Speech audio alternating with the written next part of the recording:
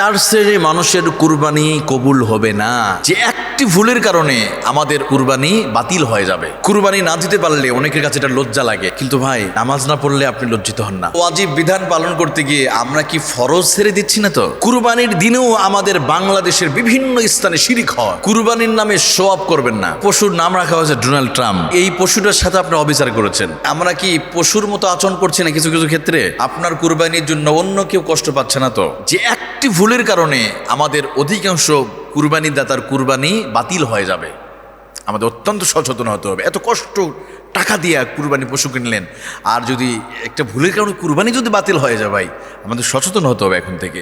বিশেষ করে দেখবেন যেই বিষয়টা এর আগেও আমি বলেছি, যে এটার কারণে আমরা অনেক অসচেতন।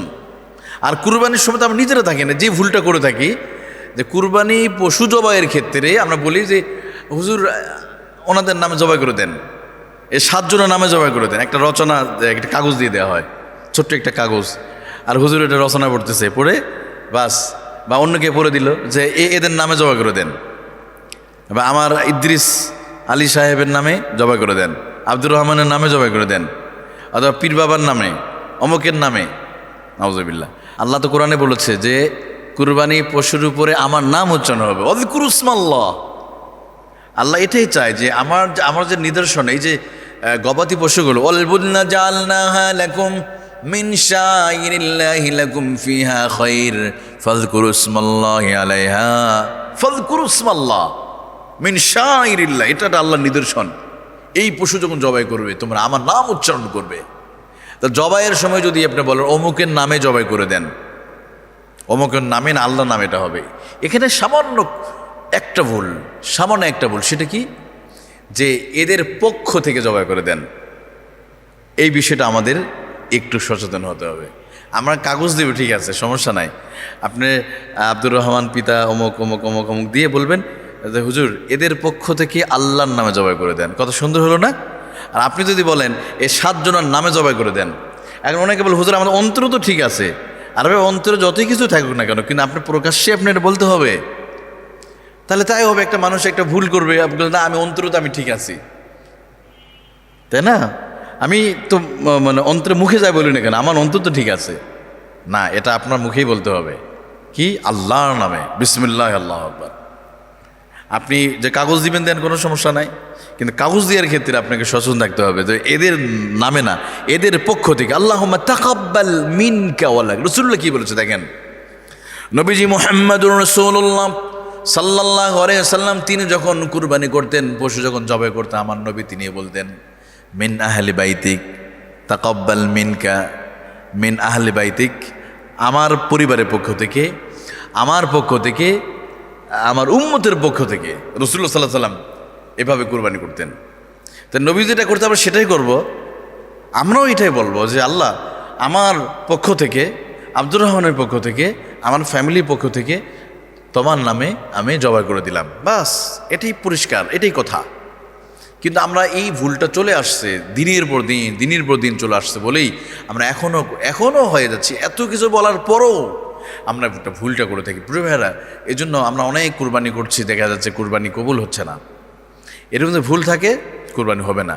সচেতন হতে হবে এখন থেকেই যে আমার পশুটা জবাইয়ের ক্ষেত্রে। এই জন্য দেখেন সুন্নাহ কি জানেন, আর ম্যাক্সিমাম কুরবানিতে তা কুরবানির সময় কাছে থাকে না, কসাই ভাড়া করছে, ভাড়াটিয়ারা আছে, আর একজন বাইরেতে একজন এসে জবাই করে গেল। এই জন্য নিজে জবাই করে সুন্নাহ, নিজে পশু জবাই দিয়ে সুন্নাত। আপনি আর একজন দিয়ে জবাই করে নিবেন, উনিও তো আসা আরও কয়েকটা করে দ্রুত চলে যাবে, ওই জায়গাতে আরেকটা চলে যাবে। আপনি নিজে জবাই করেন, যদি না পারেন অন্য কারো যদি করে নিতেই হয়, তাহলে আপনাকে স্টিল নাও সেখানে থাকা সুন্নাত। নবীজি কি করতেন, নবী মুহাম্মদুর রাসূলুল্লাহ সাল্লাল্লাহু আলাইহি ওয়াসাল্লাম খাতুনে জান্নাত ফাতেমাতু জাহরা রাদিয়াল্লাহু আনহাকে নিয়ে কুরবানি দিন ঈদুল আজহার দিনে সন্তানকে সাথে নিয়ে আমার নবী তিনি পশু জবাই করতেন কুরবানির দিনে। ফাতুনে জান্নাত হযরত ফাতেমা রাদিয়াল্লাহু আনহাকে সাথে নিতেন, অন্য সন্তানদেরই সাথে নিতেন। আপনি নিজে সন্তানদের নিয়ে আপনার পশু যখন জবাই হবে, আপনি বসে আপনিও আল্লাহু আকবার বলবেন। দেখেন আমরা আরেকটা ভুল করি, যে কুরবানি যখন আমরা জবাই হয় তখন যে জবাই করে সে নিজে শুধু আল্লাহু আকবার বলে, আর কেউ কিছু বলে না, চুপ থাকে না। সুন্নাহ কি জানেন, যে 7 জন মিলে যারা গরুটাকে ধরেছে এবং হুজুর যখন গরু পশুর গলায় ছুরি চালাবে, যখন তিনি বলে আল্লাহু আকবার, তখন সবাই একসাথে বলে আল্লাহু আকবার বলবে। আর আল্লাহ তো এটাই চাচ্ছে, ওয়াল বুদনা জাআলনাহা লাকুম মিন শাআইরিল্লাহি লাকুম ফিহা খায়র ফাযকুরু ইসমাল্লাহি আলাইহি। তোমার আমার নাম হচ্ছে, পশুর উপরে আমার নাম উচ্চারণ হবে। এখানে যিনি জবাই করবে সে শুধু আল্লাহু আকবার বলবে না, যত মানুষ আছে সবাই একসাথে আল্লাহু আকবার বলে উচ্চারণ করবে। এটাই হলো সুন্নাত। আমরা আর একটা ভুল করে থাকি, যখন ভুলগুলো আসছে বলিনি, যে কষায় দেখবেন আমাদের সবাই একদিনের জন্য কষায় হয়ে যায় ওই দিন, কিন্তু কিছু একটা আপনার যে ভাড়াটিয়া কষায়, এরা একই দিনে একাধিক গরুর দায়িত্ব নেয়ার কারণে দ্রুত কাজ করতে হবে। পশুটা এখনো মারাই যায়নি ভাই, এখনো নড়তেছে। এই জীবন্ত অবস্থায় পশুর চামড়া খোলা শুরু করে দেয়। কতটা নির্মম, কতটা নিষ্ঠুরতা, যে পশুটা তার জীবন দিচ্ছে আজকে আমাদের জন্য। আজকে পশুর জায়গায় থাকার কথা ছিল আপনার সন্তান, আপনার আব্দুর রহমান, আপনার আব্দুল করিম থাকার কথা ছিল। ইব্রাহিম আলাইহিস সালামের সন্তান ইসমাইলের জায়গায় থাকার কথা ছিল কে? মানে ইসমাইল থাকার কথা ছিল। সেখানে আল্লাহ কি করে, করুণা করে ওখানে হাবিলের সেই কুরবানিটা, ওই দুম্বাটা আল্লাহ পৌঁছা দিল, দিয়ে আমাদের জন্য এত বড় একটা করুণা করেছে, এত বড় উপকার করলো। আর সেখানে আমরা এই পশুটাকে একটু মরতেও সময় দেব না, আমরা 1 মিনিট সময় দেব না। কতটা নিষ্ঠুর আমরা! আরে ভাই, পশু জবাই করতে গিয়ে তো নিজেরা তো আরো বড় পশু হয়ে যাচ্ছে আমরা। এই জন্য কুরবানির আপনার ওই পশুর সামনে আপনি দাঁড়িয়ে থাকবেন, এই কসাইরা এরকম কাজ করছে কিনা, এই অন্যায় কাজ করছে, এই নিষ্ঠুরতা বন্ধ করতে হবে আমাদের। দেখেন ওরা কি করে, এখনো জীবনে যায় নাই, চামড়া খোলা শুরু করছে। আবার কি করে, কসাইদের একটা দেখুন পার্সোনালি ব্যক্তিগত একটা ছুরি থাকে, ছোট্ট একটা ছুরি, কিন্তু খুব ধারালো, তার মাথাটার দিকে থাকে খুবই ধারালো, খুব তীক্ষ্ণ। এই ছুরিটা হাতে নেই, বলে হুজুর দাঁড়ান, আপনার দ্বারা হবে না, শুধু আপনাকে বিসমিল্লাহ বলেন, বাকিটা আমরা করে দিব। বাস, এবার মিস্টার কষা সাহেব ছোট ওই ছুরিটা নিয়ে ওই গরুর গলার মধ্যে একটা জোর আঘাত করে, এক ঠাস করে শব্দ হয়। এই ক্ষেত্রে গরু স্ট্রোক করে মারা যেতে পারে। এখানে অনেক ওলামা ইকরাম এই বিষয়টা আলোচনা করেছে। গরু যদি স্ট্রোক করে মরে, অর্থাৎ একসাথেই এক মুহূর্তে যদি মেরে ফেলে, এটাকে স্ট্রোক করে মরা বলে। আর সুন্নত পদ্ধতি হলো একটু সময় দিতে হবে। শ্বাসনালী, খাদ্যনালী, রক্তনালী, আপনার যে এই যে নালীগুলো আছে 4টা নালী, এটাকে কেটে দিয়ে তারা অন্তত 1-2-3 মিনিট সময় দিতে হবে। প্রত্যেকটা শিরা উপশিরা থেকে রক্তগুলো বের হতে দিতে হবে। আর আপনি একসাথে যদি মেরে ফেলে, সেই স্ট্রোক করলো, আর স্ট্রোক করলে ওটা তো কুরবানি হলো না। কীভাবে আমরা ভুলগুলো করে দেখেন। এজন্য খুবই সাবধান, নিজেরা নিয়ে ছুরি দিয়ে গরুর গলায় কোনোদিন আঘাত করবেন না। করলে হয়তো কুরবানি গোস্তটা খাওয়া হালাল হবে, কিন্তু কুরবানি কবুল হবে না। কুরবানি না দিতে পারলে অনেকের কাছে এটা লজ্জা লাগে, মানুষকে বলতে পারছে না, বলতেও লজ্জা লাগে, এবার কুরবানি দিতে পারছি না, মানে নিজের লজ্জিত হয়। কিন্তু ভাই, আপনি নামাজ না পড়লে আপনি লজ্জিত হন না। নামাজের চাইতে কি কুরবানি আগে আসলো? আল্লাহ কি বলেছে, ফাসাল্লি লিরাব্বিকা ওয়ানহার। যেখানে কুরবানির কথা বলেছে সেখানে নামাজের কথা বলেছে। সূরা কাউসার বের করুন আপনি, ফাসাল্লি লি, অতএব আপনি নামাজ পড়ুন, ওয়ানহার, কুরবানি করুন। তাহলে আজকে কুরবানি না দিতে পারলে লজ্জা লাগে। বাচ্চাদের কাছে অনেক বাবারা তখন কষ্ট পায়, কি বলবে, অনেক সময় লোক লজ্জার ভয়ে, বিয়াই কি বলবে, বিয়ান কি বলবে, ফ্যামিলি কি বলবে, প্রতিবেশী কি বলবে, এই লজ্জা অনেকে ঋণ করেও কুরবানি দেয় বাচ্চাদের কাছে, যে আমার বাচ্চাকে আমি কীভাবে মুখ দেখাবো, আমি তো এবার কুরবানি না দিই। আচ্ছা, এই লজ্জাটা তখন থাকে কোথায়? যখন আপনি নামাজ পড়লেন না, জহরের নামাজ, আসরের নামাজ, দিনের পর দিন অবলীলায় শত শত ওয়াক্ত নামাজ আপনি ছেড়ে দিয়েছেন। আপনি 1000টা কুরবানি একত্রিত করলে ফজরের 2 রাকাত ওয়াজিব নামাজ আপনি এক সমান হবে না। ফজরের 2 রাকাত ফরজ নামাজের যেই ফজিলত, আপনার জীবনের 1000টা কুরবানি যে এক জায়গায় এক পাল্লায় যে নিয়ে আসেন, আর আরেক পাল্লায় ফজরের 2 রাকাত ফরজ রেখে দিবেন, ফজরের 2 রাকাত ফরজের পাল্লাটাই বেশি ভারী হয়ে যাবে। কিন্তু ফজরের নামাজ না পড়লে আপনার লজ্জা লাগে না? জোহরের নামাজ ছেড়ে দিয়েছেন, কোনো লজ্জা নাই, বুক খুলে চলাফেরা করছেন, কেউ জিজ্ঞেসও করে না, কোনো সমস্যা নাই। কিন্তু কুরবানি দিতে পারলেন না, এজন্য লজ্জা লাগে, মুখ দেখাতে পারে না। বাচ্চাদেরকে বলে, বাবা তোমার মাফ করে দেয়, এবার আগামীতে দিব, এ বছর দিতে পারলাম না, কুরবানি দিতে পারেন না, কি হয়েছে ভাই? এটা কি লজ্জার কিসের? পারলেন, অসুবিধা নাই। এবছর টাকা ছিল না আপনার কাছে, আগামীতে দিবেন, অসুবিধা। কুরবানি না দিতে পারলে লজ্জা পাওয়ার কিসের এখানে? আমি তো কিছু বুঝি না। দিলাম না এবছর। কুরবানি তো আর ফরজ না, কোনো কোনো ইমামের ক্ষেত্রে ওয়াজিবও নয়, সুন্নত মুআক্কাদা। আমি দিলাম না এবছর কুরবানি, কিন্তু লজ্জা লাগছে কেন আপনাকে? তাহলে কুরবানিতে আমার প্রশ্ন হলো এখানে, কুরবানি না দিতে পারলে লজ্জা লাগে, কিন্তু ফরজ নামাজ ছেড়ে দিলে লজ্জা লাগে না? রমজানের রোজা ছেড়ে দিলে লজ্জা লাগে না? আল্লাহর হুকুম প্রতিষ্ঠা করা, দিন কায়েমের, এটা বিষয়ে আমার লজ্জা লাগে না, কিন্তু লজ্জা লাগে শুধু কুরবানিতে। এই লজ্জা লাগা কথা ছিল কোথায়? ওখানে। অথচ দেখেন আল্লাহ তাআলা কোরআনে যতবার না কুরবানি কথা বলেছে, এর সাইতে মানে মানে আরো বেশি আল্লাহ নামাজের কথা বলেছে। আল্লাহ রাব্বুল আলামিন পবিত্র মহাগ্রন্থ আল কোরআনুল কারীমের ভিতরে কুরবানির কথা হয়তো সর্বোচ্চ 3 থেকে 4 জায়গা আমার আল্লাহ বলেছে, 4 থেকে 5 জায়গা আল্লাহ বলেন। কিন্তু নামাজের কথা 1 জায়গা নয়, 2 জায়গা নয়, আমার আল্লাহ তাআলা নামাজের কথা মোট 82 বার আল্লাহ তাআলা নামাজের কথা বলেছেন, 82 জায়গাতে। যে আয়াতের ভিতরে আল্লাহ কোরআনে নামাজের কথা, কুরবানির কথা বলেছেন, ওই আয়াতের শুরুতে আল্লাহ রাব্বুল আলামিন ইন্না আ'তাইনাকাল কাউসার ফাসাল্লি লিরাব্বিকা ওয়ানহার ইন্না শানিআকা হুয়াল আবতার। ও নবী, আমি আপনাকে হাউজে কাউসার দান করেছি, ফাসাল্লি লিরাব্বিকা ওয়ানহার, অতএব আপনি কি করেন? ফাসাল্লি, নামাজ পড়ুন, অনহার, কুরবানি করুন। তার মানে আল্লাহ তাআলা এখানে নামাজের কথা আগে বলেছে। কুরবানি না দিতে পারলে যেমন লজ্জা লাগে, একই বিষয়ে আমাদের লজ্জা পাওয়া উচিত যারা নামাজ পড়ি না। কুরবানির পরের দিন নাই, নামাজ নাই, অথচ এই মানুষটা কুরবানির জন্য 1 সপ্তাহের প্রস্তুতি নিয়েছে।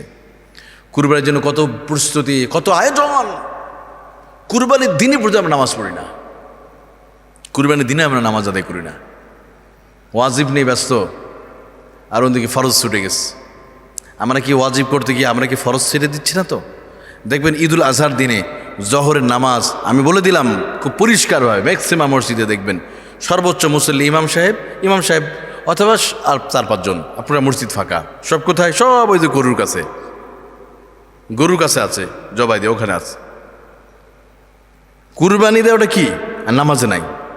তাহলে এইরকম কুরবানি, তার নামাজ তার কুরবানি নয়, এইরকম কুরবানি আজকে কেন আমাদের জীবন পরিবর্তন হচ্ছে না কেন? আপনার জীবনে আপনি এই 60 বছরের ভিতরে আপনি প্রতি বছর কুরবানি দিলেন, 30-40টা কুরবানি দিলেন, জীবনে কোনো পরিবর্তন নাই।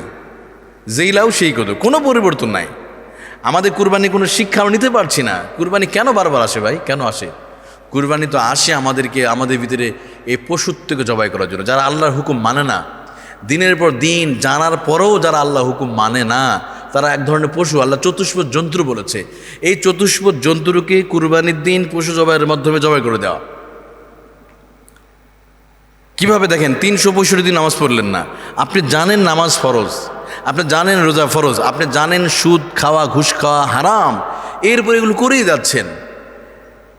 তো আপনি চতুষ্পদ জন্তু হয়ে গেছেন। এই জন্তুটাকে জবাই করে দিয়ে কি করতে হবে? পুত পবিত্র হতে হবে। কুরবানির রক্ত দিয়ে আপনি পুত পবিত্র হয়ে যাবেন। এই জন্য দেখেন কোরআনে সূরা আরাফের ভিতরে সম্ভবত আল্লাহ তাআলা বলছেন, ওয়ালাকাদ যারানা লিজাহান্নামা কাসীরাম মিনাল জিন্নি ওয়াল ইনসি লাহুম কুলুবুন লা ইয়াফকাহুনা বিহা ওয়া লাহুম আ'য়ুনুন লা ইবসিরুনা বিহা ওয়া লাহুম আযানুন লা ইয়াসমাউনা বিহা উলাইকা কাল আনআমি বাল হুম আদাল উলাইকা হুমুল গাফিলুন। ওয়ালাকাদ যারানা লিজাহান্নামা কাসীরাম মিনাল জিন্নি ওয়াল ইনস, জিনের ভিতরে, মানুষের ভিতরে কিছু মানুষ চতুষ্পদ যন্ত্র চাইতে নিকৃষ্ট, যারা কিনা অন্তর আছে উপলব্ধি করার মতো, চোখ আছে, চোখ দিয়ে দেখার মতো, হৃদয় আছে বোঝার মতো, এরপরও তারা বোঝে না। নামাজ যে ফরজ এটা জানে, কোরআন তেলাওয়াত এটাও আল্লাহর হুকুম, যাকাত দেওয়া আল্লাহর হুকুম জানার পরেও যারা মানে না, আল্লাহ বলে এরা হলো চতুষ্পদ জন্তু। এই চতুষ্পদ জন্তুটা জবাই করবেন কোন দিন? এই কুরবানির দিন আল্লাহ জবাই করে নেয়। কি করবে? কুরবানি পশু জবাইয়ের সাথে সাথে এই পশুটাকে জবাই করে দেওয়া। কিন্তু জীবনে 30টা কুরবানি করলেন, কিন্তু কই পরিবর্তন আসলো না। তার মানে আপনার কুরবানি হয় নাই সঠিকভাবে, আপনার কুরবানিটা সঠিকভাবে হয় নাই, হয়তো করতে পারেন না আপনি, এই জন্য আপনার পশুর থেকে এখনও জবাই, এই জন্য কুরবানির দিন আপনি নামাজ আদায় করেন না, কুরবানির দিন আল্লাহ হুকুম পালন করছেন না আপনি। কুরবানির একটা পশুর নাম রাখা হয়েছে ডোনাল্ড ট্রাম্প, দেখতে ট্রাম্পের মতো অনেকটাই, পিঙ্ক কালার এবং ট্রাম্পের মতো ওইরকম হুবহু চুল। আমি তো মনে করি এই পশুটার সাথে আপনি অবিচার করেছেন, পশুর নাম ডোনাল্ড ট্রাম্প রেখে, কারণ এই পশুটা ট্রাম্পের চাইতে অনেক ভালো। ট্রাম্প যতটা মানে বেঈমান, যতটা নিকৃষ্ট পর্যায়ে একজন পৃথিবীর সবচেয়ে বড় সন্ত্রাস যদি বলা হয় এই মানুষটাই। দিনের বেলা একটা রাষ্ট্রের প্রধানকে কিডন্যাপ করে তুলে নিয়ে আসে, ভেনেজুয়েলার প্রেসিডেন্টকে তুলে নিয়ে আসতে, তাই না? পৃথিবীর সবচেয়ে বড় টেররিস্ট রাষ্ট্র কোনটা? এই দেশটাই, আমি নাম বলছি না, আপনারা বুঝে নেন। তো এই নিকৃষ্ট মানুষটাকে এই পশুর সাথে কম্পেয়ার করা, পশুর সাথে আপনি অবিচার করেছেন। আজকে আমাদের মধ্যপ্রাচ্যে যে অশান্তির কারণটা কি? এই ট্রাম্প, এই আমেরিকা, এই মানবতা ফেরিওয়ালা এরাই। আজকে পৃথিবীর ক্যান্সার নামক যে ইসরায়েল যা কিছু করে সব এই ট্রাম্পের কারণে করতেছে, এদের কারণে। শুধু একটা দেশের উপর ভর করে পৃথিবীর ক্যান্সার এই অবৈধ রাষ্ট্রটি ফিলিস্তিনের উপর আক্রমণ করে যাচ্ছে, শুধুমাত্র এই কুলাঙ্গা, এদের কারণে। আমি তো মনে করি ওই মহিষটা তো জান্নাতে যাবে, হয়তো ওই তো ভালো, ওর চাইতে ওই ভালো, ওই ট্রাম্পের চাইতে ওই মহিষ অনেক ভালো। মহিষের সাথে অবিচার করা হয়েছে। পৃথিবীর সবচেয়ে নিকৃষ্ট মানুষ হলে এরা আমাদেরকে মানবতার সবক দেয়। এরা কি করে এই পৃথিবীতে দেখেন, 1945 সালে এরা কি মানুষের রক্ত ঝরিয়েছে। আপনি আফগানিস্তানে, ইরাকে, ফিলিস্তিনে, ভিয়েতনামে, পৃথিবীর এমন কোনো রাষ্ট্র নাই যে তারা কি রক্তপাত করে না। আবারও ইরান তো হামলা করতে যায় নাই, ইরান তো নিজে আক্রমণ করতে যায় না, এরা গায়ে পারে হামলা করতে গেছে। তবে মনে রাখবেন, এই পৃথিবীর ক্যান্সার নামক এই দুইটা রাষ্ট্র, এরা পৃথিবীতে চিরজীবন অজয় থাকবে না, একদিন ধ্বংস হবে। রোমানদের ইতিহাস আপনারা জানেন, বাদশাহ হিরাক্লিয়াসের ঘটনা হয়তো অনেকেই জানেন, এবং তারা আরও দীর্ঘ সময় পৃথিবীর সুপার পাওয়ার ছিল। আমেরিকা তো এখন 200 বছর প্রায়, ওরা ছিল আরও বেশি। আমেরিকার আগে কারা ছিল? সোভিয়েত ইউনিয়ন, তারা কি এখন আছে? তার আগে যাচ্ছে, তারা কি আছে? এই আমেরিকার এদের পতন শুরু হয়ে গেছে, হয়তো ইরান থেকে এদের পতন শুরু হয়ে যাবে ইনশাল্লাহ। এদের পতন ভয়ঙ্করভাবে, ওরা মনে করে আমরা নিরাপদ। কারণ দেখবেন ভৌগোলিকভাবে মানচিত্রের দিকে যদি তাকান, আমেরিকার দেশটা এমন একটা জায়গায় আছে যে চতুর্দিক দিয়ে সাগর, একদিকে প্রশান্ত সাগর, একদিকে আটলান্টিক মহাসাগর। ওরা সেই হাজার হাজার কিলোমিটার দূর থেকে এসে মধ্যপ্রাচ্যে এসে অশান্তি লাগায়, হাজার কিলোমিটার দূর থেকে এসে মুসলিম রাষ্ট্রগুলোতে আক্রমণ করতে আসে। সেই কোথায় ওরা ভাবে যে ইরান থেকে তো আর হামলা তো আর আমেরিকা পাঠাতে পারবে না। আপনি আফগানিস্তানে তো হুজুররা হামলা করে আমেরিকা পাঠাবে, কিন্তু আল্লাহ তো ভয়ঙ্কর, আল্লাহ তো কী করে শাস্তি দিতে পারে। দেখলেন না, গত 50 বছরে আমেরিকা যত না মানুষ মেরেছে, এর চাইতে এক করোনাতে আল্লাহ তাআলা এই আমেরিকানতে আল্লাহ তাআলা বেশি দুনিয়াতে নিয়ে চলে গেছে। করোনাতে প্রায় 8 থেকে 9 লক্ষ আমেরিকান মারা গেছে। ওরা গত 100 বছরে যত না মানুষকে মেরেছে, শুধু এক করোনাতে আমেরিকা বেশি মানুষ মারা গেছে। কারণ আল্লাহর ধরা খুবই ভয়ঙ্কর। এই জন্য আল্লাহ রাব্বুল আলামিন বলেন, ইন্না বাতশা রাব্বিকা লাশাদীদ ইন্নাহু হুয়া ইউবদিউ ওয়া ইউঈদ। ওরা হয়তো ভেবেছে আমরা সুপার পাওয়ার, আমরা আমেরিকা নিরাপদ একটা জায়গাতে আছি, আমরা আটলান্টিক সাগরের পাশে আছি, আমাদের এখানে আসতে গেলে 15,000 কিলোমিটার দূরে তোমরা বোমা মারতে পারবে না, আমরা নিরাপদ জায়গায়। সেই আপনার 15,000 কিলোমিটার থেকে এসে আপনি মধ্যপ্রাচ্যে হামলা করতে আসেন, আপনাকে সাইজ করার জন্য কিছুই লাগবে না। আমাদের যা হলো আল্লাহর সৈনিক আছে। 4 শ্রেণীর মানুষের কুরবানি কবুল হবে না।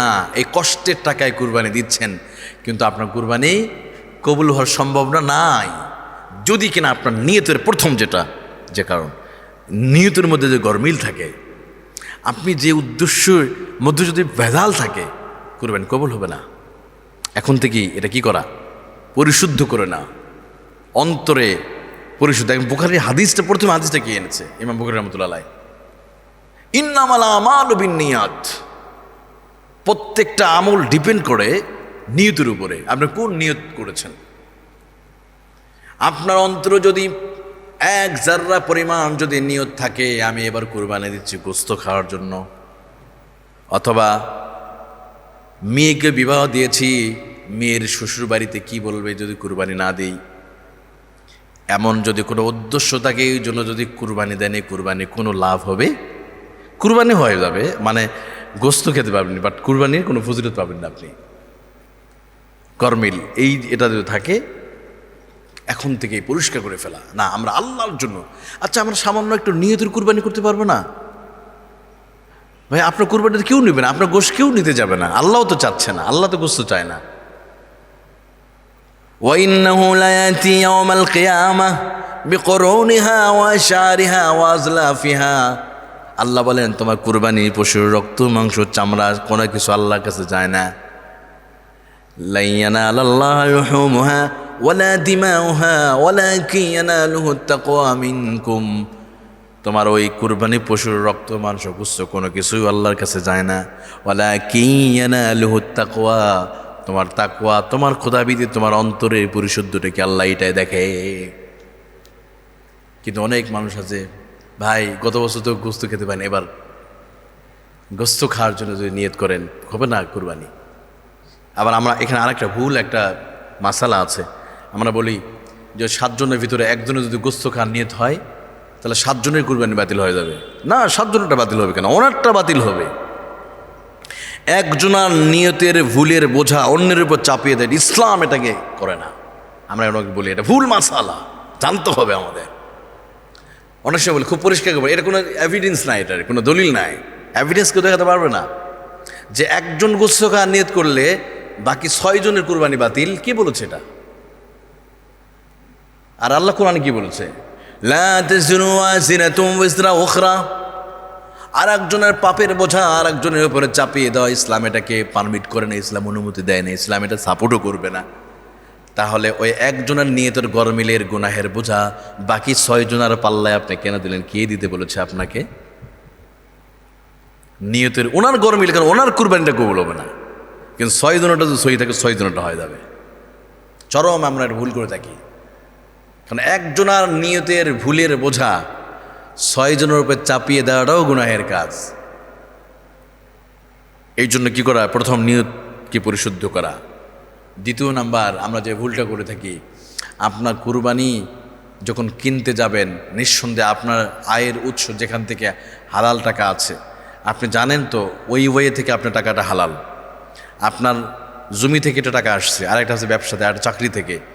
আপনার চাকরিটা যদি সুদ ভিত্তিক হয়, যেখানে সুদের টাকা হিসাব করতে হয়, লেখালেখি করতে হয়, ওই ওয়ে থেকে আসছে, ওই পারপাস থেকে, তাহলে ওটা বাদ দেন। যেটা থেকে হালাল ওয়েতে এসে সেটা দেন।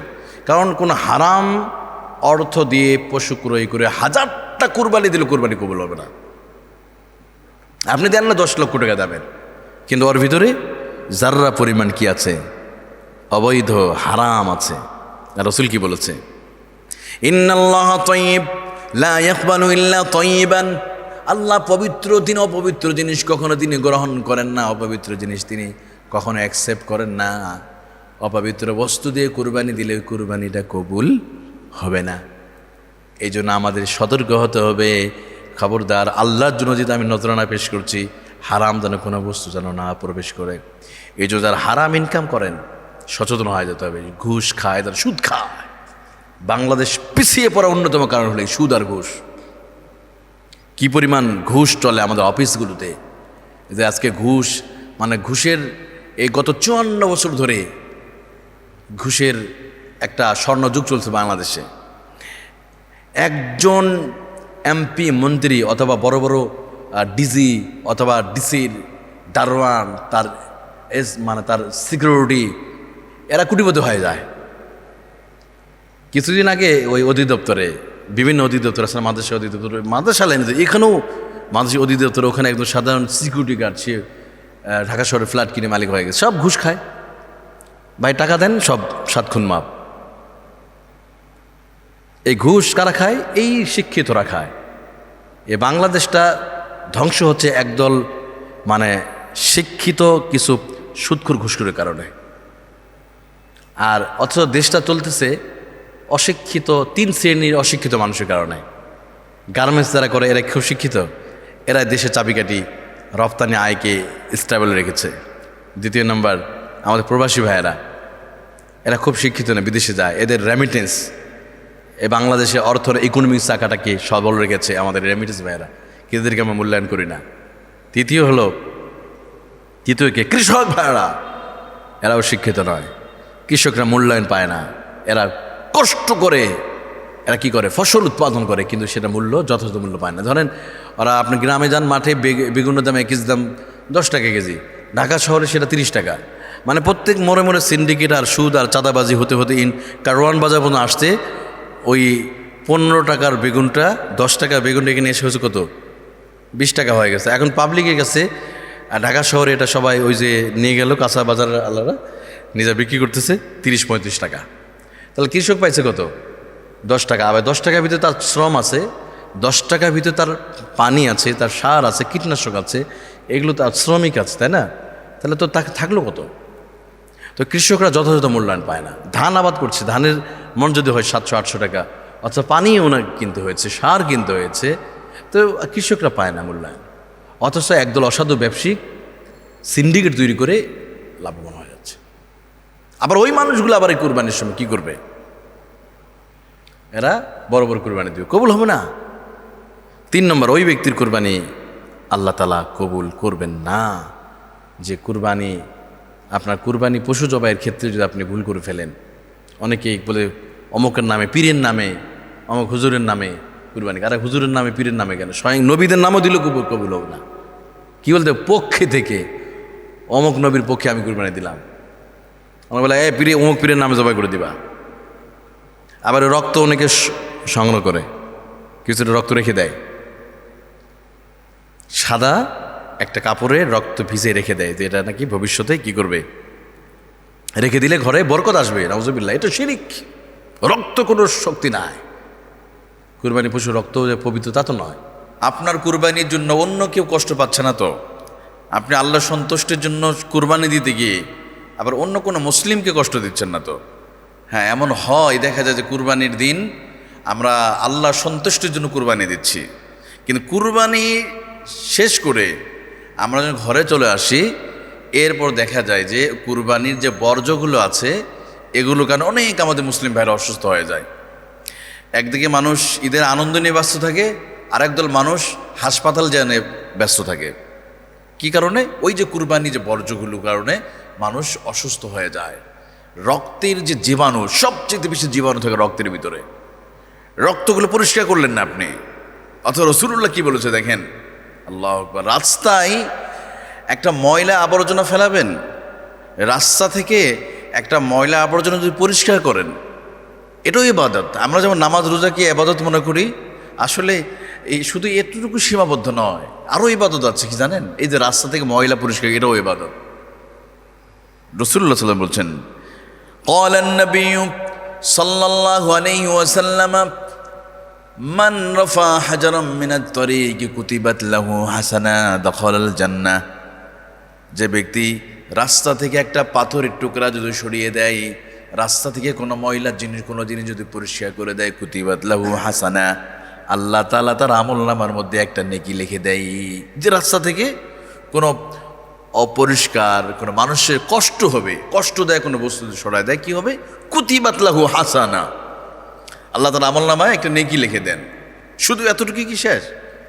আবার হাদিসের শেষ অংশ রাসূলুল্লাহ বললেন, দাখালাল জান্নাহ, আল্লাহ রাব্বুল আলামিন ওই মানুষটাকে জান্নাতে প্রবেশ করাবে যে মানুষ রাস্তা থেকে অপরিষ্কার মানুষের কষ্টদায়ক ও কাফুল আযা, কষ্টদায়ক জিনিস যদি কেউ পরিষ্কার করে দেয়, এর বিনিময়ে মানুষটা একদিন জান্নাতে হয়ে যাবে। সুবহানাল্লাহ। আচ্ছা, এটার বিপরীত উল্টা করেন হাদিসটা। যদি কেউ রাস্তাতে ময়লা ফেলে দেয় তাহলে তার কি হবে? ময়লা আবর্জনা মানে বর্জ্য যদি ফেলে তার কি হবে? তাহলে জান্নাতের বিপরীত জাহান্নাম, একদম পরিষ্কার, সে জাহান্নামে চলে যাবে। আমি কুরবানি দিলাম আল্লাহর খুশির জন্য, আপনার বর্জ্য, আপনার নারী ভুড়ি পরিষ্কার করে এর যে ময়লাটা, বিশেষ করে শহরে সমস্যাটা দেখা যায়। শহরে তো দেখা যাচ্ছে যে যেখানে সে পুকুর থাকে না, গ্রাম অঞ্চলগুলোতে পুকুর থাকে, পুকুরে ফেলে দেয় নারী ভুড়ি এইগুলো। কিন্তু শহরে কুরবানি এক জায়গায় দিয়ে রক্ত সব জায়গায় রেখে চলে আসছে, আর হাড্ডি সবগুলো না, নির্দিষ্ট একটা জায়গায় রেখে দেবে। সিটি কর্পোরেশন তো বলা হয়, কিন্তু দেখেন এরপর মেডিসিন দেওয়া হয়, কিন্তু এরপর আমরা নির্দিষ্ট জায়গায় রেখে দেই না। এর মাঝে আর একটা সমস্যা আছে যে কুরবানির আমরা যখন এই গরু গোশতটাকে প্রসেস করতে গিয়া এক ধরনের যখন চাটাই ব্যবস্থা করা হয় দেখবেন, এই যে চাটাইগুলো কি করে এগুলো পর্যন্ত কেউ মানে একটা নির্দিষ্টতা রাখে না, ওই অবস্থা রেখে দেয়। মনে হচ্ছে যে এলাকায় মানুষ মারা গেছে বা কোনো একটা কিছু হয়ে গেছে, এই অবস্থা রেখে চলে আসলো। আর এতে কি হয়, বিভিন্ন আপনার জীবাণু ছড়িয়ে পড়ে। আপনি মেডিকেল সায়েন্স থেকে আপনি যদি একটু কনসেপ্ট আপনার যদি জিজ্ঞেস করেন কোনো ডাক্তারদেরকে যে রক্তের ভিতরে সবচেয়ে বেশি জীবাণু, রক্ত হারাম মানুষের জন্য কেন, এই রক্তের মধ্যে জীবাণু সবচেয়ে বেশি। রক্ত বাইরে থাকবে দেখবেন একটু দুর্গন্ধ বের হবে, এটা শুকে যাবে, এখানে বিভিন্ন আপনার জীবাণু থাকে। এই জন্য আমরা আল্লাহর সন্তুষ্টি করবো কুরবানি, কিন্তু কুরবানির পরে যেন আমার কুরবানির কারণে, আমার কুরবানির পশুর রক্তের কারণে, আমার কুরবানির কোনো বর্জ্যের কারণে কোনো মুসলমানের জন্য কষ্ট না হয়। আল্লাহর কাছে জবাব দিতে হবে। কারণ মুমিনের এক মুমিনের আর এক মুমিনের যতগুলো হক আছে, যে 6টা হক, এর মধ্যে একটা হক হলো কষ্টদায়ক কোনো বস্তুকে পরিষ্কার করে ফেলা। দেখেন আমরা নামাজ, রোজা, ঈদ, কুরবানি এগুলো কি ইবাদত মনে করি। আফসোস, আপনি যদি বহির্বিশ্বে দেখেন, অমুসলিমদের কালচার দেখেন ভাই কি অবস্থা। আপনি কানাডাতে যান, আমেরিকাতে যান, যদিও তাদের মধ্যে দিন নাই, ইসলাম নাই, কিন্তু তাদের কিছু স্বভাব চরিত্র অনেক দিকে আমাদের দিকে গিয়ে তারা আছে। আমরা মুসলিম হলেও কি হবে, আমাদের সুন্নাহ ভিত্তিক রাসূলুল্লাহর সেই আদর্শ ভিত্তিক আমাদের জীবনে সেই তো নাই, প্র্যাকটিস করছি না আমরা। কিন্তু আপনি কানাডাতে যদি দেখেন, আপনার আপনার সৌদি আরবে যদি দেখেন, এদের কি যে একবার একটা ভিডিওতে দেখলাম কানাডার একজন মন্ত্রী রাস্তায় বিড়ালের মানে বর্জ্য, বিড়ালের পায়খানা পড়ে আছে, উনি টিস্যু বের করে সে ময়লাটা ওখান থেকে মানে রিসিভ করে নিয়ে সে ডাস্টবিনে ফেলে দিচ্ছে। আর আমাদের এই আধুনিক বাংলাদেশে ডাস্টবিনে লেখা থাকে উল্টা যে আমাকে ব্যবহার করো, ইউজ মি, কি লেখা থাকে, ইউজ মি, আমাকে ব্যবহার করো তোমরা। মানে আমরা এতটা মানে জ্ঞানপাপী মানুষ আমরা, যে আমরা বর্জ্যটা যে ফেলে দেবো ডাস্টবিনে ফেলে, এই জন্য ডাস্টবিন বলতে বাধ্য হয়েছে তোমার আমাকে ব্যবহার করো। ডাস্টবিনের শৈলে লেখা থাকে ইউজ মি, হেল্প মি, আমাকে ব্যবহার করো, আমাকে সাহায্য করো তোমার ময়লা ফেলে। সর্বনাশ, কি ভয়ঙ্কর। আবার দেখেন যারা ময়লা পরিষ্কার করে আমাদের এই ঢাকা শহরে, এদেরকে কি বলা হয়, এই ময়লা এদিকে আয়, ময়লা এদিকে আসে, ময়লাওয়ালা বলা হয়। কেন তাকে ময়লা বলবেন, ময়লাওয়ালাকে? আরে ভাই, ওই তো ময়লা পরিষ্কারওয়ালা, আরে পরিষ্কারওয়ালা বলেন না আপনি। এই ময়লা যদি কি হতো, যদি রাজধানী ঢাকা শহরে যদি বেশি না 1 সপ্তাহের জন্য ময়লা নিয়ে বন্ধ করে দেয়, তাহলে রাজধানী ঢাকা শহরের মানুষ কিছুদিন পর অসুস্থ হয়ে যাবে, সব হাসপাতালে প্যাকেটিং হয়ে যাবে। কেন, আপনার যত্র ময়লা পড়ে যাবে। এই ময়লাগুলো পরিষ্কার কি, এই যে একদল মানুষ দেখবেন একটা ভ্যান গাড়িতে ময়লা নিয়ে চলে যায়, অমুক এলাকায় রেখে আসে, আর তাদেরকে আমরা সম্মান দিয়ে নেব, এই ময়লা এদিকে আয়, আর গালি দেয় ময়লা এদিকে আয়। ঈদের সময় একটু বোনাস নিতে যায়, রাস্তায় মানে গেটের সামনে দাঁড়িয়ে রাখে, কলিং বেল ঠিক বলে আমরা দরজাটা পর্যন্ত খুলে দেই না। আর ভাই তুমি যারা তোমাকে কি করলো, তোমার ময়লা পরিষ্কার করে এখানে বসবাস করার জন্য তোমাকে একটা সুইটেবল প্লেস দিল, আজকে তুমি তাকে কি করছো না, মূল্যায়ন করছো না। ভাই এদেরকে ময়লাওয়ালা না, এদেরকে মূল্যায়ন করতে, এদের সম্মান দিতে হবে। এরাও মানুষ, এরা শ্রমিক, এরা আছে বলে আমরা পৃথিবীতে আছি, তাই না? এদেরকে ঘৃণা করা যাবে না। আর শ্রমভিত্তিক কাজ করছে সে শ্রমভিত্তিক কাজটাকে ইসলাম সবচেয়ে উৎসাহিত করেছে। আর চেয়ারে বসে কলমের খোসায় ঘুষের ইনকাম ইসলাম ইগনোর করেছে, ইসলাম এটা সাপোর্ট করে না। আর ওই যে যেটা হালাল ইনকাম, ওরা যারা কষ্ট করে শ্রম দেয়, এরা হলো সঠিক কাজ করতেছে, কিন্তু এদেরকে আমরা মূল্যায়ন করি না। তা আমি যে বিষয়টা বলছিলাম, তাহলে আমাদের কুরবানি আমরা দিব কার জন্য? আল্লাহর জন্য। আল্লাহ ইখলাস, আল্লাহর জন্য ইখলাস হবে। পাশাপাশি কুরবানি পরে যেন কোনো আমার কুরবানির কারণে যেন কারো কষ্ট না হয়। আপনি একা যদি সচেতন হন, দেখেন প্রত্যেক যারা কুরবানি দিচ্ছে সবাই যদি সচেতন হয়, যেন 7 জনে যদি করবেন, সবাই 7 জন একটা নিয়ত করে ফেলেন এখন থেকে, ভাই এক কাজ করি আমরা কুরবানি শুধু গোস্ত নিয়ে চলে যাব না, আমরা কুরবানি গোস্ত ঘরে নিয়ে যাওয়ার পরে দিয়ে কী করে খোঁজখাত থাকে না, আর 1 সপ্তাহের কারো কোনো খোঁজখবর নাই। এই যে কুরবানি দিয়ে দিকে চলে গিয়েছে, যেখানে রক্ত পড়ে আছে, এটা যে পরিষ্কার করতে হবে, তারা যে ইমানই দায়িত্ব, কুরবানির মতো এটাও যে একটা মানে পরিষ্কার করা একটা ইবাদত, এটা বোঝে না আমরা বাঙালি, আমরা বুঝি না এটা। ভাই কুরবানি করা যেমন ইবাদত, কুরবানির সেই বর্জ্যটা পরিষ্কার করাও ইবাদত। আপনার কুরবানি না দেওয়া যেমন গুনাহের কাজ, কুরবানির পরে কুরবানি বর্জ্য রেখে যাও ঠিক তেমনই গুনাহের কাজ। এই জন্য আসুন আমাদের সচেতন হতে হবে, আমাদের প্রচার করতে হবে মানুষকে, এক মুসলমান ভাইকে জানিয়ে দে, ভাই তুমি কোরবানি দিচ্ছ, তুমি তোমার প্রত্যেকেই যদি কি করে সিদ্ধান্ত নেয় না আমাদেরটা আমরা পরিষ্কার করব, সবাই যদি তার পাশের জন্য সে যদি করে, এভাবে করলে তো পরিষ্কার হয়ে যাচ্ছে। আর সিটি কর্পোরেশন তো আছেই আপনাদের হেল্প করার জন্য, নির্দিষ্ট জায়গায় যখন বলা হবে নির্দিষ্ট রেখে দেন, দেখবেন এই 2 দিন তারা নিয়ে চলে যাবে। আবার এই কুরবানির হাড্ডিগুলো আমরা নষ্ট করবো না, এগুলো কারণে দেখেন আমাদের মানবতা কল্যাণের কাজ হয়। এটাও কোটি কোটি টাকার ইনকাম আসে এই গরুর হাড্ডি থেকে, আমাদের বিভিন্ন কিছু তৈরি করা হয়। আমরা যে আমরা যে বিদ্যুতের যে সুইচগুলো দেখি না, এগুলো কোথা তৈরি হয়? এগুলো এই হাড্ডি দিয়ে তৈরি হয়, চিরুনি তৈরি হয় এই হাড্ডি থেকে। সেটা এগুলো যেখানে সেখানে ফেলে দেবো না, মনে করবো এটাও একটা কি সম্পদ, চামড়া এটাও একটা সম্পদ, হাড্ডি এটাও একটা সম্পদ। এগুলোকে আমরা কখনো যেখানে সেখানে ফেলে আমরা রাখবো না। কুরবানির নামে শো আপ করবেন না। আমরা কুরবানির নামে আমরা শো আপ করি, আমরা যেদিন তো পশু কিনেছি সেদিন থেকে শুরু হয়, এমনকি কুরবানির দিন জবাই করা পর্যন্ত শুরু হয়, এমনকি সেলফি তুলে ফেসবুকে দিয়ে দিচ্ছে। এখনও গরু জবাই শেষ হয় নাই, অর্থাৎ গোস্ত হয় নাই, শুরু হয়ে গেছে শো আপ করা। আর ভাই কুরবানি ফজিলত পাবেন কীভাবে? আপনি আপনার কোনো ইবাদত যদি হয় মানুষকে দেখানোর জন্য, তাহলে রাসূলুল্লাহ কী চলেন আপনাদের ওইদিকে নিয়ে চলে যায়। যদি কোনো ইবাদত, কিন্তু কুরবানি তো একটি ইবাদত, এটা তো লোক দেখানোর কিছু না, এরা যদি হয় মানুষকে দেখানোর জন্য, তাহলে নবী সাল্লাল্লাহু আলাইহি ওয়াসাল্লাম কী বলছে দেখেন, ভয়ঙ্কর কথা বলেছে। নবীজি বলেন, মান সাল্লা ইউরানি ফাকাদ আশরাকা ওয়া মান সামা ইউরানি ফাকাদ আশরাকা ওয়া মান তাসাদ্দাকা ইউরানি ফাকাদ আশরাকা। যে ব্যক্তি দান করলো মানুষকে দেখানোর জন্য, মান সাল্লা ইউরানি ফাকাদ আশরাকা, যে নামাজ পড়লো মানুষ আমাকে নামাজি বলবে এই জন্য নামাজ পড়লাম, তাহলে সে যেন শিরিক করলো। কি ভয়ঙ্কর কথা! ওয়া মান সামা ইউরানি ফাকাদ আশরাকা, আমি রোজা রাখলাম মানুষ আমাকে সায়েম বলবে, রোজাদার বলবে, এই জন্য রোজা রাখলাম। রাসূলুল্লাহ বললেন, ফাকাদ আশরাকা, তুমি শিরিক করলে। মান তাসাদ্দাকা ইউরানি ফাকাদ আশরাকা, মানুষ আমাকে দানবীর বলবে, এজন্য নাম উচ্চারণ না করলে অনেক সময় দেখবেন বিভিন্ন মসজিদে হুজুরদেরকে নামে স্লিপ দিছে, বলবে যে আমাকে 5,000 টাকা দিছে, কোনো কারণে বলতে দেরি, হুজুরের মনে নাই, বাস হুজুরের চাকরি চলে যাবে। হুজুর আপনি বললেন না কেন? শুরু হয়ে গেছে। আরে ভাই উনি বলতে ভুলে গেছে, হয়তো নামটা বলতে ভুলে গেছে, হয়তো আগামীতে বলবে। এমন ক্ষেত্রে ইমামের চাকরি চলে গেছে। মানে আমাদের সবটা করতে হবে, মানুষকে জানাতে হবে, ভাই আপনি এক হাতে দান আর এক হাত জানবে না, এটাই নিয়ম। আপনি ইবাদত করছেন মানুষ দেখানো কোনো লৌকিকতা উদ্দেশ্য দিয়ে থাকে, এই ইবাদত কবুল হবে না। আপনি কুরবানি করছেন, আপনার ফেসবুকের 5,000 বন্ধু এক মুহূর্তে জেনে গেল, এক ক্লিকে জেনে গেল যে হ্যাঁ আব্দুর রহমান তো অনেক বড় কুরবানি দিচ্ছে। এই যে 5,000 বন্ধু যে একসাথে দেখলো, মানুষ দেখালেন, এটা যদি হয় আপনি ফেসবুকে দিয়ে অনেক প্রশান্তি লাগলো, ভালো লেগেছে, আপনার এতটুকুই ভালো লাগা, কিন্তু এই কুরবানি কবুল হবে না, আপনার কুরবানি হবে না, সাধারণ একটা জবাই হয়ে গেল। এটা আপনি এমন কি না শিরিকও করে ফেললেন, এটা এক ধরনের। কারণ এই হাদিস মুসনাদ আহমদের হাদিস, মান তাসাদ্দাকা ইউরানি ফাকাদ আশরাকা, দান করলাম মানুষ আমাকে দানবীর বলবে, তাহলে ফাকাদ আশরাকা, সে শিরিক করলো।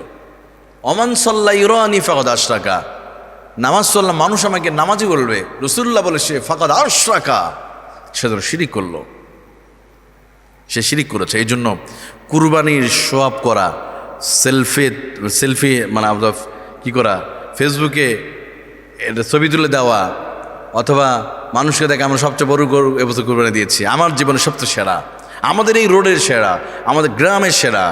এবং অনেকে তো মালা পরায় এবং ফেসবুকে শিরোনাম হয়, এবং নাম দিছে কুত্তা, বিড়াল, হনুমান নাম দেয় গরুর নাম। দেখবেন মেসি, ডোনাল্ড ট্রাম্প, 2 দিন পরে হয়তো দেখবেন ফেরাউনও নাম দেবে, অনেকে কুরবানি পশুর নাম দেয়, এবং টাইগার, এগুলোকে ভাইরাল করা হয়।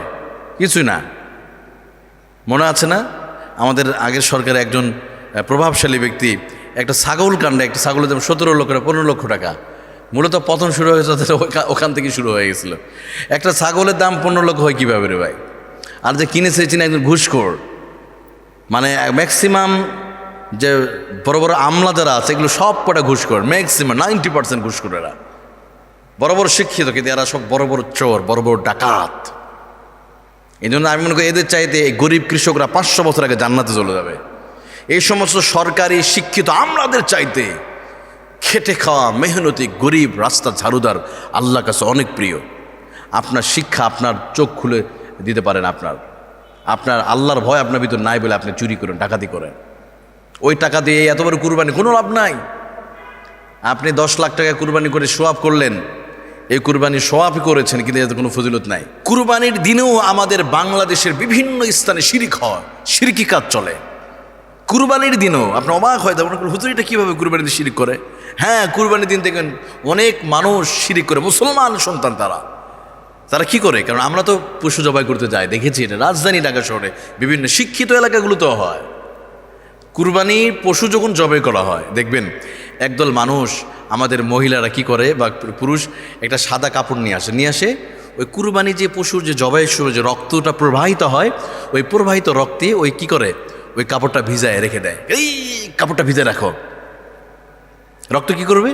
ওরা বিশ্বাস করে এই মানে উৎসর্গের করার এই পশুর রক্ত মাখানো এই চাদরটা বা এই কাপড়টা করে রাখলে ওই ঘরে বিপদ আসবে, কোনো অকল্যাণ হবে না। নাউজুবিল্লাহ, শিরক, শিরক, ভয়ঙ্কর শিরক। এটা আছে, নিজে চোখে দেখেছে, আমরা যখন জবাই করতে গেছি এইটা হয়েছে, বিভিন্ন এলাকাতে আছে। এটা যদি রাজধানীতেও যদি হয় তাহলে অন্য এলাকাগুলোতে কী অবস্থা? বিভিন্ন এলাকায় এমনকি রক্ত রেখে দেয়। কীভাবে শিরিক চলে দেন? কুরবানি করছেন আপনি একদিকে, আর একদিকে শিরিক হচ্ছে। আর শিরিক থাকলে তার নামাজ কবুল হবে? হারাম। দেখেন আল্লাহ কি বলছেন। আল্লাহ রাব্বুল আলামিন বলেন, ইন্নাল্লাহা লা ইয়াগফিরু আন ইউশরাকা বিহি ওয়া ইয়াগফিরু মা দুনা যালিকা লিমান ইয়াশা ওয়া মান ইউশরিক বিল্লাহি ফাকাদ দাল্লা দালালাম বাঈদা। লা ইয়াগফির, আল্লাহ তাআলা কোশ্চিন কালো শিরক যেগুলো আল্লাহ মাফ করবে না। আইয়ুশরাকা বিহি ওয়া ইয়াগফিরু মা দুনা যালিকা লিমান ইয়াশা, আল্লাহ রাব্বুল আলামিন চাইলে অন্য গুনাহগুলো মাফ করবে, কিন্তু শিরকের গুনাহ মাফ করবে না। আপনি এই যে রক্তটাকে কল্যাণ মনে করলে আল্লাহ রক্তটাকে হারাম করেছে, রক্ত হারাম, কিন্তু এই রক্তকে আপনি আল্লাহ সমকক্ষ করেন। রক্তটা, এই রক্ত মাখানো চাদরটা ঘরে রাখলে ঘরে কোনো পেতাত্তা, কোনো জাদু টোনা, মানুষের কোনো ক্ষতি হবে না। এই যে রক্তের প্রতি বিশ্বাস চলে আসলো, আল্লাহকে বাদ দিয়ে রক্তকে আল্লাহর জায়গায় বসায় দিলেন, এটাই শিরক। আপনার সমস্ত অকল্যাণ দূর করতে পারে। এই জন্য আল্লাহ তাআলা একটু দোয়া শিখিয়ে দিছে, সূরা ফালাক আর নাস। যত বড় জাদু টোনা হোক না কেন, আপনি আবার যেই ঘরের ভিতরে মান করা সূরাতুল বাকারা, যেই ঘরের ভিতরে সূরাতুল বাকারা তেলাওয়াত করা হবে, ইবলিস আর শয়তান ওই ঘর থেকে মানে পিছনের রাস্তা দিয়ে বায়ু সাথে পালিয়ে যাবে। যেই ঘরের ভিতরে সূরাতুল বাকারা শেষ 2টা আয়াত তেলাওয়াত করা হবে, আমানার রাসূলু বিমা উনজিলা ইলাইহি মির রাব্বিহি ওয়াল মুমিনুন কুল্লুন আমানা বিল্লাহি ওয়া মালাইকাতিহি ওয়া কুতুবিহি ওয়া রুসুলিহি, এই আয়াতগুলো যারা পড়বে ঘরে কোনো মানুষ ক্ষতি করতে পারবে না। তাহলে আল্লাহর শিখানো আমল বাদ দিয়া আপনি শয়তানের শিখানো আমলে চলে গিয়েছেন। এটা তো হিন্দুরা বিশ্বাস করে। হিন্দুরা যখন পাঠা বলি দেয় তখন তারা কি করে? তারা এই রক্ত সংগ্রহ করে রেখে দেয়। ওরা পাঠা বলি দেওয়ার সময় রক্তটা কেউ রেখে দেয়, এরকম কাপড়ে মেশায়। আর আমরা মুসলমানরা এটা করি। আমাদের আর একটা শিরিক আছে কুরবানির দিনও। আমরা কি শিরিক করি দেখেন? কুরবানির দিনে আর একটা শিরিক হলো, অনেকে হাড্ডিটা, ওই গরুর হাড্ডি, এই চোয়ালের যে হাড্ডিটা আছে, এটা ঘরে মানে বাড়িতে রেখে দেয়। নিজেদের ঘরে কোনো মাঠে জমি ইয়েতে ঝুলাই রাখে, মানে ওই মাঠের ফসল ভালো হবে, ওই জমির ফসল ভালো হবে। কত বড় মানে আমাদের মানে কি বলবো, আপনি জাহিলি হলে এটা আমরা করতে পারি। আর ভাই তোমার হাড্ডি কি দিবে আপনাকে? বরং এই হাড্ডিটা এটা জাতীয় সম্পদ। এই গরুর হাড্ডি থেকে যদি সুইচ তৈরি করা হয়, আপনার চিরুনি তৈরি করা হয়, অর্থাৎ কোটি কোটি টাকার বিজনেস আছে এই হাড্ডিগুলো দেওয়া, গরু ছাগলের হাড্ডি। আর আপনি ঘরের মধ্যে ঝুলে রাখলেন বরকতের আশায়। আস্তাগফিরুল্লাহ, আল্লাহ মাফ করে দিক। এই জন্য কুরবানি দিচ্ছে আমরা আল্লাহর খুশির জন্য। আর কুরবানি করতে গিয়ে যদি আমরা আবার শিরকে লিপ্ত হয়ে যাই, আল্লাহ মাফ করবে না ভাই কোনোদিন। কারণ ওই যে এটা কোথা থেকে আসছে রক্ত সংগ্রহ করা, এটা আসছে অমুসলিমদের থেকে। ওরা যে বলি দেয়, এরকম 1000 বছর আগে খ্রিস্টানদের ধর্ম ছিল এরকম। ওরা জীবন্ত শিশুকন্যাদের জবাই করত, রক্ত রেখে দিত, রক্ত পান করত। আর আল্লাহ আগেই বলে দিয়েছে, তোমরা কুরবানি দিচ্ছ, লা ইয়ানালাল্লাহু লুহুমুহা ওয়ালা দিমাউহা ওয়ালাকিন ইয়ানালুহুত তাকওয়া মিনকুম। পৃথিবীর মানুষ, তোমাদের কুরবানি পশুর মাংস, রক্ত, শিং কোনো কিছুই আমার কাছে পৌঁছায় না। আমার কাছে পৌঁছে তোমাদের অন্তর, তাকওয়া, খোদাভীতি। কুরবানির দিনে আমরা কি পশুর মতো আচরণ করছি না কিছু কিছু ক্ষেত্রে? দেখেন, কুরবানির দিন আমরা প্রতিবেশী এমনও আছে যে যাদেরকে আমরা গোশতটা পৌঁছাতে পারি না। এমনও দিন আছে কেউ ফ্রিজ থেকে মাছ বের করে রান্না করে খায়, অথবা বাহির থেকে যারা গোশত নিতে আসে তাদের সাথে আমরা পশুর মতো আচরণ করি, মানে নোংরা আচরণ করি। অথচ রসুল্লাহ সাল্লাহ সাল্লাম কি বলেছে? রসুল্লাহ সাল্লাহ সাল্লাম তো বলেছেন, কোরআন কি বলেছে? সূরা নিসা 35 নম্বর আয়াত বের করেন আপনারা। আল্লাহ প্রতিবেশীর বিষয়ে এতটা কথা বলেছে, এতটাই বলেছেন যে জিবরিল আলাইহিস সালাম প্রায় নবী সাল্লাল্লাহু আলাইহি সাল্লামকে এসে বলতেন প্রতিবেশীর বিষয়ে, এত সচেতন করেছে। অথচ কুরবানির দিনে আপনি গোশত মানে সুন্দর করে তৈরি করে প্রসেস করে আপনি প্যাকেট করে নিয়ে ফ্রিজে রেখে দিবেন, আর আপনার পাশের ফ্ল্যাটে, পাশের বাড়ির, পাশের ঘরের, আপনার বাড়ির বা আপনার ফ্ল্যাটের পাশে যে 40টা ঘর, এটাকে বলে আপনার প্রতিবেশী, নিকট প্রতিবেশী। যেটা এদের খোঁজখবর যদি না নেন, আপনার এরকম মানে একটা কুরবানি করে 1000টা কুরবানিতে কোনো লাভ নাই যদি প্রতিবেশীর ঘরে যদি সেদিন যদি আপনার ওই যে যদি কুরবানির হাদিয়া যদি না পৌঁছায়। কেন আল্লাহ তো বলেছে তোমরা কি করো, ফাকুলু মিনহা ওয়াতিমুল বাইসাল ফাকির ওয়াতিমুল কানিয়া ওয়াল মুতার কাযালিকা সাখখারাহা লাকুম লিতুকাব্বিরুল্লাহ আলা মা হাদাকুম ওয়া লাআল্লাকুম তাশকুরুন। আল্লাহ বলেন তোমরা পশুটাকে কি করো, ফাকুলু মিনহা, তোমরা খাও, নিজেরা খাবে, ওয়াতিমুল কানিয়া ওয়াল মুতার, আর যারা চাইতে পারে না, তোমার নিকট প্রতিবেশী যারা আছে, মানুষের যারা চাইতে পারে না, সওয়াল করতে যারা পারে না, যারা বসে আছে তোমার, তাদেরকে তোমরা খাওয়াও, তাদেরকে তোমরা পৌঁছে দাও। ওয়াল মুতার, নিজেরা খাও, অন্যেরে খাওয়াও। আল্লাহ রাব্বুল আলামিন কোরআনুল কারীমে বলার পরও আমরা কি করি? অনেকে আছে দেখবেন কুরবানির সম্পূর্ণ গোশত নিয়ে চলে গেছে ওনার ঘরে। আবার এই জন্য ফ্রিজ, এক্সট্রা ফ্রিজ কেনা হয় কুরবানি উপলক্ষে। আবার কোম্পানিগুলো বসে থাকে ঈদুল আজহা উপলক্ষে, মিনিস্টার এত ডিসকাউন্ট, এত ডিসকাউন্ট, এত ডিসকাউন্ট, বাস আমরা ওগুলো নিয়ে গোশত রিজার্ভ করে রেখে দেই। আরে ভাই, একটা মানুষ তো, গরিবরা তো খেতে পারে না, আপনি তো পারেন, আপনাকে আবার রিজার্ভ করে রেখে দিতে হবে?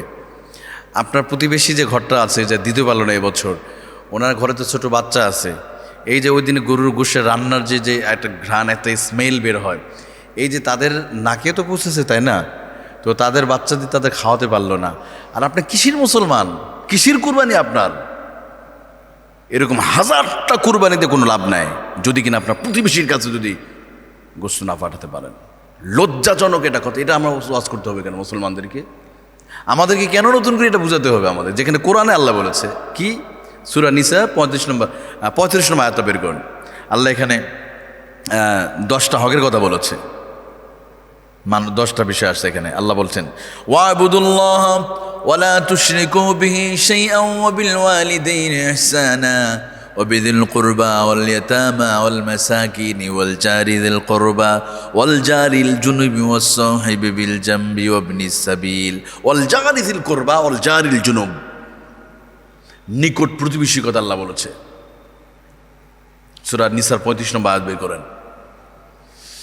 নবীজি বলেন জিবরিল আলাইহিস সালাম যতবার প্রতিবেশী নিয়ে কথা বলেছে, বারবার আমার তো মনে হতো না জানি আল্লাহ উত্তরাধিকারী হিসাবে এটা আইন পাশ আল্লাহ করে দেয় কিনা, উত্তরাধিকারী হিসাবে আল্লাহ আবার এটাকে আইন করে দেয় কিনা। এত পরিমাণ জিবরিল আলাইহিস সালাম রাসূলুল্লাহকে প্রতিবেশীর বিষয়ে সচেতন করে। নবী সাল্লাল্লাহু আলাইহি ওয়াসাল্লাম, তুমি যখন তরকারি রান্না করবে ঝোল বাড়িয়ে দাও, কারণ প্রতিবেশী যে খায় না তার কাছে পৌঁছায় দাও। সুবহানাল্লাহ, প্রতিবেশী এত বলেছে। আপনি অনেক আপনি তো একটু 1 কেজি হোক, 250 গ্রাম হোক, মানে 500 গ্রাম হোক, একটু হয়তো পৌঁছানো যেতে পারতো।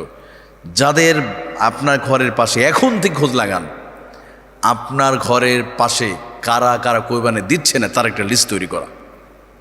আলহামদুলিল্লাহ গ্রামগুলোতে একটু ভালো দৃশ্য দেখা যায় যে লিস্ট তৈরি করা হয়। বিভিন্ন গ্রাম সমাজ আছে যে এই সমাজে কারা দিল না কারা দিল, একটা লিস্ট তৈরি করা হয়, পরে সামাজিকভাবে গোশত দিয়ে দেওয়া হয়। বাস আমার চমৎকার।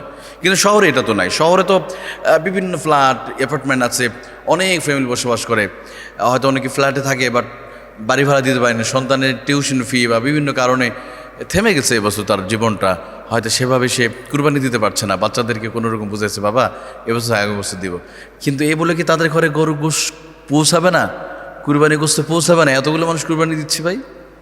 এই জন্য আসেন আমরা এখন থেকেই আমরা টার্গেট করতে হবে, কালা দিচ্ছে না এদের একটা লিস্ট তৈরি করা, লিস্ট তৈরি করে ওই ঘরগুলোতে অন্তত যেই অ্যাপার্টমেন্ট আছেন আপনারা, যে 20 জন 30 জন আছেন, এই 30 জন যে ফ্ল্যাট মালিক যারা ভাড়া থাকে, 30 জনের ভিতরে কারা কারা দিচ্ছে না, নিশ্চয়ই এটা সহজে টের পাওয়া যাবে। হয়তো 5 থেকে 6 জন দিচ্ছে না, অধিকাংশ দিতে, অধিকাংশ যদি দেয় তাহলে আপনাদের গোস্তটা এক জায়গায় তাদেরকে দিতে পারেন, তাদের তো ফ্যামিলি বাচ্চা আছে। এই জন্য কুরবানির দিনে যেন আমরা যেন পশুর মতো না হয়ে যায়, কুরবানির দিনে যেন পশু জবাই করতে কিন্তু মনের ভিতরে পশুটা এখনো লালন করছি, তাহলে লাভটা হলো কি? কুরবানি তো এসেছে আমাদের স্যাক্রিফাইস, অর্থাৎ আত্মত্যাগ শিকার জন্য। ইব্রাহিম আলাইহিস সালাম কী করেছে? আল্লাহ বললেন তুমি ইব্রাহিম তুমি কুরবানি করে দাও। তিনি স্বপ্ন দেখলেন, প্রথম স্বপ্নে তিনি 100টা উট কুরবানি করলেন। আবার আল্লাহ স্বপ্ন দেখালো, তখন আল্লাহ ইব্রাহিম আলাইহিস সালাম বুঝতে পেরেছেন, ও আল্লাহ আমার কাছে সে প্রিয় বস্তুটা চায়। প্রিয় বস্তু কি? ইসমাইল আলাইহিস সালাম। তিনি যদি ইসমাইল আলাইহিস সালামকে জবাই করে উদ্বুদ্ধ হতে পারে, আর আমরা আমাদের কুরবানি থেকে আমরাই খাবো, একটু সামান্য কি দিতে পারবো না? কুরবানির এই ওয়াজিব বিধান পালন করতে গিয়ে আমরা কি ফরজ ছেড়ে দিচ্ছি না তো? দেখেন কুরবানির দিন আসলে দেখা যায় আমরা কুরবানি নিয়ে এতটা ব্যস্ত থাকি যে ওই দিনে নামাজ পড়া যে ফরজ এর কোনো খোঁজখবর থাকে না। ইভেন এমন কি কুরবানির দিনের জহরের নামাজ আমাদের বাংলাদেশে মানে ম্যাক্সিমাম মানুষই আদায় করে না। 2-1 জন মসজিদে যাবেন দেখবেন কিছু নামাজ পড়ছে আর সব আছে ওই গোস্ত নিয়ে ব্যাস। আর ভাই একটু ব্রেক দেওয়া যায় তো। আবার দেখেন কুরবানির দিনটা কি হয়েছে, অনেকে ফজরের নামাজ না পড়ে কি করেছে যে সেই আপনার ঈদুল আজহার 2 রাকাত নামাজ পড়ার জন্য চলে আসে, ফজরের নামাজ পড়া নাই। অথচ ঈদুল আজহার দিনের যে সুন্নাহ, ঈদুল ফিতরের যে সুন্নাহগুলা ম্যাক্সিমাম মসজিদের খতিবরা এটা চমৎকার করে আলোচনা করে। আমরা আলোচনা করেছি যে ভাই বছরে একটা দিন আসে তো 365 দিন পর একটা দিন, আমরা কি এই দিন একটু আগে ঘুম থেকে উঠতে পারি না? বছরে 365 দিনে পরে একটা দিন আসে ঈদুল আজহার দিন, আমরা কি পারি না একটা দিন একটু আগে ঘুম থেকে উঠবো? এটা সুন্নাহ। রাসূলুল্লাহ সাল্লাল্লাহু আলাইহি ওয়াসাল্লাম এটা করতেন। ওনার কলিজার টুকরা সাহাবীরাও ঈদুল ফিতর ঈদুল আজহার দিনে ফজরের আগে উঠতেন, ঘুমাতেন না, কেন ফজরের পরে তারা ব্যস্ত হয়ে যেত। আর আমরা ঈদুল আজহার বা ঈদুল ফিতরের সে ফজরের নামাজ ম্যাক্সিমাম মানুষ পড়তে পারে। রমজান মাসে মসজিদ ভরপুর ছিল আগের দিন। এবার আমি দেখেছি যে আগের দিন মুসল্লি ভরপুর ছিল, কিন্তু ফজরের নামাজে 2 কাতার মুসল্লি। আগের দিন তারাবিতে জায়গা দেওয়া যায় নাই, আপনি কিয়ামুল লাইল পড়েছে, ফজরে নাই। কারণ ওই যে চাঁদ রাতে ওনারা আমল করেছে, আধুনিক আমল, গান বাজনা, কে কয়টা মার্কেট করেছে, ফোন দিয়ে ভাই তুমি কি কি কিনছো, আমি যেটা কিনলাম, বাস এই গল্প টল্প বা আনন্দ উল্লাস করতে তার মধ্যে ইবলিস জামিন পেয়ে যায় ওই চাঁদ রাতে, উনি একটু আনন্দ ওনাকে নিয়ে ব্যস্ত থাকে, এই করতে শেষ ফজরের নামাজ শেষটা তো অনেক দেরিতে ঘুমায়। তাহলে ফজরের ফরজ বাদ দিয়ে যদি আপনি ওয়াজিব করেন আল্লাহ কাছে, আপনার সারা জীবনের ঈদুল ফিতরের বা ঈদুল আজহার 2 রাকাত নামাজ আর 1 ওয়াক্ত ফজরের 2 রাকাত নামাজ কোনো দিন এটা সমান হতে পারে না। ঠিক তেমনি আপনি কুরবানির দিনে আপনি 1000টা কুরবানি দেন না কেন, আপনি পৃথিবীর সবচেয়ে দামি পশু দিয়ে কুরবানি দেন না কেন, আপনি নামাজ পড়লেন না ওই দিনে জহরের নামাজ, এই কুরবানির কোনো লাভ আসবে না, কোনো লাভ নাই, কোনো বেনিফিট নাই এটার। যে যেখানে নামাজের কথা, আচ্ছা কুরবানির কথা কোরআনে কত জায়গায় বলা আসছে? কুরবানি সূরা কাউসারের মধ্যে আল্লাহ বলছেন, তাই না? ফাসাল্লি লি রাব্বিকা ওয়ানহার ইন্না শানিআকা হুয়াল আবতার। কুরবানি কুল ইন্না সলাতি ওয়া নুসুকি ওয়া মাহইয়ায়া ওয়া মামাতি লিল্লাহি রাব্বিল আলামিন। কুরবানির কথা এসেছে মোটে কয়েক জায়গায়, কিন্তু আল্লাহ রাব্বুল আলামিন নামাজ অথবা সলাতের কথা 1 জায়গা নয় 2 জায়গা নয়, আমার আল্লাহ রব্বুল আলামিন কুরআনুল কারীমে আল্লাহ তাআলা 82টি জায়গার ভিতরে আমার আল্লাহ নামাজ এবং সলাতের কথা আল্লাহ বলেছেন। কুরবানি তো সাধারণ একটা বিষয়, কিন্তু নামাজ যদি কেউ ছেড়ে দেয় কিয়ামত পর্যন্ত এই গ্যাপ কেউ পূরণ করতে পারবে না। কুরবানি যদি নাও দিতে পারেন কোনো সমস্যা না, আল্লাহ মাফ করে দিবে, এটা কোনো ফরজ ইবাদত না। কিন্তু কোনো মানুষ যদি ইচ্ছাকৃতভাবে যদি 1 ওয়াক্ত নামাজ যদি ছেড়ে দেয়, এই কাল হাসরের মাঠে আল্লাহর সামনে আল্লাহর আদালতে দাঁড়াতে হবে। নামাজ 1 ওয়াক্ত যদি ছেড়ে দেয় এর গ্যাপ আপনি পূরণ করতে পারবেন না। আপনি কুরবানি নিয়ে ব্যস্ত, ম্যাক্সিমাম দেখবেন ম্যাক্সিমাম আমাদের ভাইয়েরা কুরবানি নিয়ে কি আনন্দ, কেউ বসে আছে। আর ভাই একটু 5টা মিনিট বিরতি দেওয়া যেতে পারে না? ভাই এক কাজ করি, আমরা এত কিছু করলাম, কাঁধে কাঁধ মিলে ঈদুল আজহার 2 রাকাত আমরা ওয়াজিব নামাজ আদায় করেছি, আসেন না জহরের নামাজটা পড়ে নেই। জহর আসরের নামাজ, জহর আসর 2 ওয়াক্ত নামাজই খুবই শোচনীয় অবস্থা দেখা যায় ঈদুল আজহার দিনে, যে আসরে মুসল্লিও নাই, জহরও নাই, মাগরিবও নাই। ওই দিন যেন আমরা মনে করি না আজকে আমাদের বিরতি হয়ে গেছে, আজকে নামাজ লাগবে না। কেমন জানি এরকম অবস্থা, কারণ কুরবানি গোশত বন্টন করতে হবে, তো অমুকে বাসায় দিতে হবে, অমুকে বাসায়, হ্যাঁ দেন, অবশ্যই তো দিতে হবে, কিন্তু নামাজ পড়তে কয়টা মিনিট লাগে ভাই?